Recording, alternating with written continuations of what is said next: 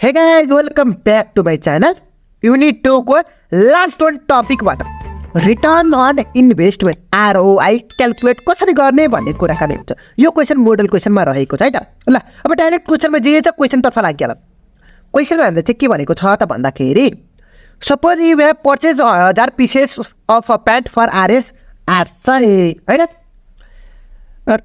यहाँ चाहिँ हेरौँ है त कस्ट प्राइस of 1000 pieces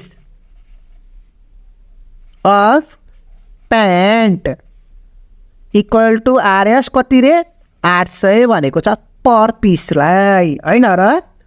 ल यहाँ चाहिँ मैले CP भनेर लेखिदिन्छु हैन। ल you will sell the you will then sell the pant to the store for RS 1000 per piece भनेको छ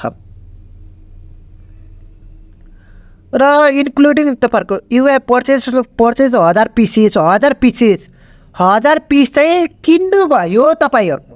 so cost price of 1 pant equals to कति रे 800 भनेको छ।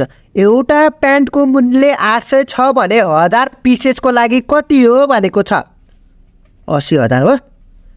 कति 80,000 त हुन्न होला 80 लाख हुन्छ होला। 3 2 5 1 2 3 4 5 भनेपछि 8 लाख भयो हैन र। ल 8 लाख भयो। ल बुझ्नु भयो त फेरि पनि बुझाइदिन्छु चिन्ता नगर्नु। एउटा प्यान्टको मूल्य 800 छ भने 1000 प्यान्टको कति मूल्य छ भनेको छ टोटल चाहिँ तपाईँहरूको 8 लाख भयो। बुझ्नु भयो अब त बुझ्नु भयो होला। त्यसमा चाहिँ तपाईँहरूको 1500 चाहिँ तपाईँहरूको ट्रान्सपोर्टेसन खर्च भयो। ट्रान्सपोर्टेसन खर्च भनेको मैले टिसी नोटेसन गरेँ है त जुन चाहिँ RS 1500 खर्च भयो। बुझ्नु भयो। ल अब त्यसमा पनि तपाईँहरूले 1000 पिसेस सेल गर्नु पर्यो। Selling price of pant per piece SP लेखिदिन्छु जुन चाहिँ RS 1000 पर पिस होइन त। एउटा हेर्नुहोस् है 800 मा किनेर एउटा प्यान्टको मूल्य 800 मा किनेर तपाईँहरूले 1000 मा बेच्नु पर्यो र त्यसमा हाम्रो ROI रिटर्न अफ इन्भेस्टमेन्ट कति छ भनेर क्याल्कुलेट गर्नु पर्यो। बुझ्नु भयो। ल यो त एउटा पिसेसको भयो। अब हामीलाई चाहिँ हामीलाई चाहिँ 1000 पिसेस छ नि त भनेपछि SP इक्वल्स टु 1000 × 1000 होइन त 1 2 3 4 5 6 भयो। ल भयो। ल अब टोटल इन्भेस्टमेन्ट कति छ त टोटल इन्भेस्टमेन्ट TI लेखिदियो सर्टकटमा है त। सो CP प्लस TC हाम्रो लगानी म तपाईँलाई बुझाइदिन्छु चिन्ता गर्नु पर्दैन। हाम्रो लगानी भनेको चाहिँ एउटा प्यान्टको मूल्य 800 छ त्यसलाई चाहिँ 1000 वटा किन्दाखेरि 8 लाख भयो र 8 लाखमा तपाईँको ट्रान्सपोर्टेसन खर्च भनेको 150 जोड्यो। सो 8 लाख 100 यति भयो टोटल इन्भेस्टमेन्ट। यो भनेको CP भनेको अर्थ तपाईँको चाहिँ 8 लाख भयो प्लस ट्रान्सपोर्टेसन खर्च भनेको 1500 होइन त। टोटल जोड्दाखेरि इन्डियर भयो होइन 8 लाख 8,01,500 भयो। ल यो भयो टोटल इन्भेस्टमेन्ट। अब यो हो भने प्रफिट पनि कति निकाल्नु पर्यो। हाम्रो ROI को फर्मुला रिटर्न अफ इन्भेस्टमेन्टको फर्मुला के छ त भन्दाखेरि प्रफिट डिभाइडेड बाई तपाईँहरूको कति इन्भेस्टमेन्ट गर्नुभएको छ टोटल इन्भेस्टमेन्ट इन्टु 100% गरिदिने। प्रफिट कसरी निकाल्ने भन्दाखेरि प्रफिट निकाल्नको लागि तपाईँहरूले कतिमा बेच्नु भयो र तपाईँहरूको टोटल खर्च कति हो घटाइदिने।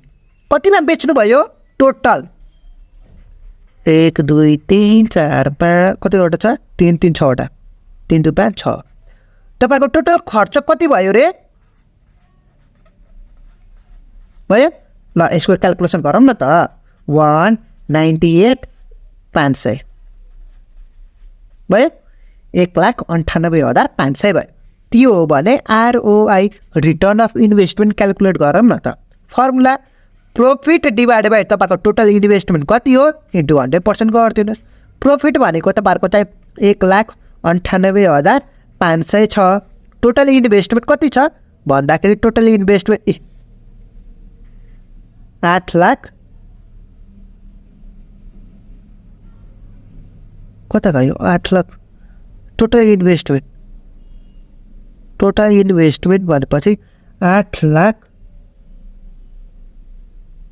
रोक्नुहोस् है त कता गयो यो 8 लाख 10,000 यति नै हो कतिवटा 2 3 5 बढ्यो नै भयो 2 2 4 यो चाहिँ zero sorry it's my mistake 01,500 8,01,500 होइन त ल अब भयो ल टोटल अब इन्टु 100 गरिदिनु न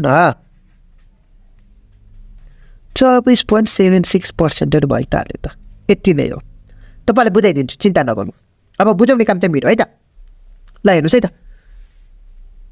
You have purchased 1,000 pieces pant हो अफ आरएस 1000 ल हेर्नुहोस् है त पहिला एउटा प्यान्टको मूल्य तपाईँको 800 छ भने 1000वटा किन्नुभयो भने कति पर्यो एउटा प्यान्टको मूल्य 800 छ पर पिसेस है त cost price of one pant भनेपछि 800 छ एउटा प्यान्टको मूल्य 800 छ भने 1000 किन्दाखेरि कति भयो 8 लाख भयो हो त्यसमा चाहिँ तपाईँहरूको चाहिँ ट्रान्सपोर्टेसन खर्च पनि जोड्नु पऱ्यो नि त ट्रान्सपोर्टेसन खर्च तपाईँहरूकै हो नि त 1500 एड गर्नुहोस् सो 8 लाखमा 1500 एड गर्दाखेरि तपाईँहरूको कति भयो 8,01,500 भयो टोटल खर्च तपाईँहरूको टोटल खर्च भनेको चाहिँ तपाईँहरूको चाहिँ कति भयो त भन्दाखेरि 8 लाख अथवा टोटल इन्भेस्टमेन्ट भने पनि टोटल खर्च भने पनि एउटै हो है त सो 8,01,500 भयो टोटल खर्च तपाईँहरूको टोटल इन्भेस्टमेन्ट है त ल अब टोटल इन्भेस्टमेन्ट त 8,01,500 गर्नुभयो अब प्रॉफिट कति आउँछ त त्यसको निकाल्नको लागि तपाईँहरूलाई के भनेको छ त भन्दाखेरि यो 800मा किनेर 1000मा बेच्नु पर्यो 1000मा चाहिँ एउटा प्यान्टलाई 1000मा बेच्नु पर्यो भनेपछि 1000वटा प्यान्ट बेच्दाखेरि कति पैसा आउँछ 3वटा 6वटा जिरो गरिदिने लास्टमा सो कति आउँछ क्याल्कुलेसन गर्नुहोस् है त सो त्यति लास्टमा 6 हुन्छ 6वटा जिरो भयो बुझ्नुभयो त्यसपछि हामीले के गरेको छौँ टोटल इन्भेस्टमेन्ट चाहिँ हाम्रो 8,01,500 छ र प्रॉफिट निकाल्नको लागि के गर्छौँ टोटल इन्भेस्टमेन्ट कति छ हाम्रो 8,01,500 मा पहिला चाहिँ हामीले कतिमा बेच्यौँ भन्दाखेरि यो छ बेचेको प्राइस माइनस इन्भेस्टमेन्टको प्राइस लगानीको प्राइस बेचेको मूल्य र इन्भेस्टमेन्ट गरेको मूल्यमा घटाइदिने हाम्रो यो प्रॉफिट होइन त र त्यसपछि कति पर्सेन्टेज नाफा भयो त आरओआई रिटर्न अफ इन्भेस्टमेन्ट कति छ त भन्दाखेरि प्रॉफिट डिवाइडेड बाई कति इन्भेस्टमेन्ट गरेको छ इन्टु 100% गर्दाखेरि भइहाल्यो त यही हो तपाईँहरूको रिटर्न अफ इन्भेस्टमेन्टको न्युमेरिकल प्रब्लम यस्तो हो के कति नबुझ्नु भएको हो के म फेरि पनि बुझाइदिन्छु है त मानम तपाईँहरूले एउटा सामान चाहिँ 8 रुपियाँमा किन्नु भयो त्यसलाई चाहिँ 20 रुपियाँमा बेच्नुहुन्छ यो प्रॉफिट कति आयो त 12 आएन त प्रॉफिट हो त्यही त गरेको छ 8 रुपियाँमा यो मानव यो पेन चाहिँ 8 रुपियाँमा किन्नु भयो र यो दुईटा 8 रुपियाँमा किन्नु भयो र यसलाई 20 रुपियाँमा बेच्नुहुन्छ यसको मूल्य तपाईँले किनेको 8 रुपियाँ छ हो 8 रुपियाँ मूल्य छ र यसलाई कुन ठाउँमा बेच्नु पर्यो त्यसको ट्रान्सपोर्टेसन खर्च पनि चाहिएन गाडी भाडा कति लाग्यो त्यसको पनि जोड्नु परेन मानव तपाईँहरूको गाडी भाडा चाहिँ मानव तपाईँहरूको चाहिँ 3 रुपियाँ लाग्यो सो टोटल चाहिँ तपाईँहरूको 11 रुपियाँ भयो हो र यसलाई चाहिँ तपाईँले 20 रुपियाँमा बेच्नु भयो भने तपाईँको प्रॉफिट कति भयो 9 रुपियाँ प्रॉफिट भएन त त्यही त गरेको हो नि त रामायण त्यही त गरेको अब त बुझ्नु भयो होला कुनै सामान तपाईँहरूले मानव सपोज तपाईँहरूको एउटा सामान चाहिँ 7 रुपियाँमा किन्नुभयो र त्यसलाई चाहिँ गाडी भाडा चाहिँ तपाईँहरूको 4 रुपियाँ लाग्यो र तपाईँहरूले त्यही सामान जुन सामान तपाईँहरूले 7 रुपियाँमा किन्नुभयो त्यही सामान चाहिँ तपाईँहरूको 20 रुपियाँमा बेच्दाखेरि तपाईँहरूको टोटल नाफा कति आयो? नाफा भनेको तपाईँले सामान किनेको र गाडी भाडा र जोडेर तपाईँहरूले नाफा बेचेको प्राइजमा घटाइदिने। बेचेको प्राइस तपाईँले बेचेको प्राइस त 20 रहेको छ र त्यसमा के घटाउनु पर्यो भन्दाखेरि तपाईँले किनेको प्राइस र गाडी भाडाको प्राइस घटाइदिनु पर्यो। हो त्यही गरेको। अब बुझ्नु भएन भने योभन्दा उपाय चाहिँ छैन मसँग, बुझौँ।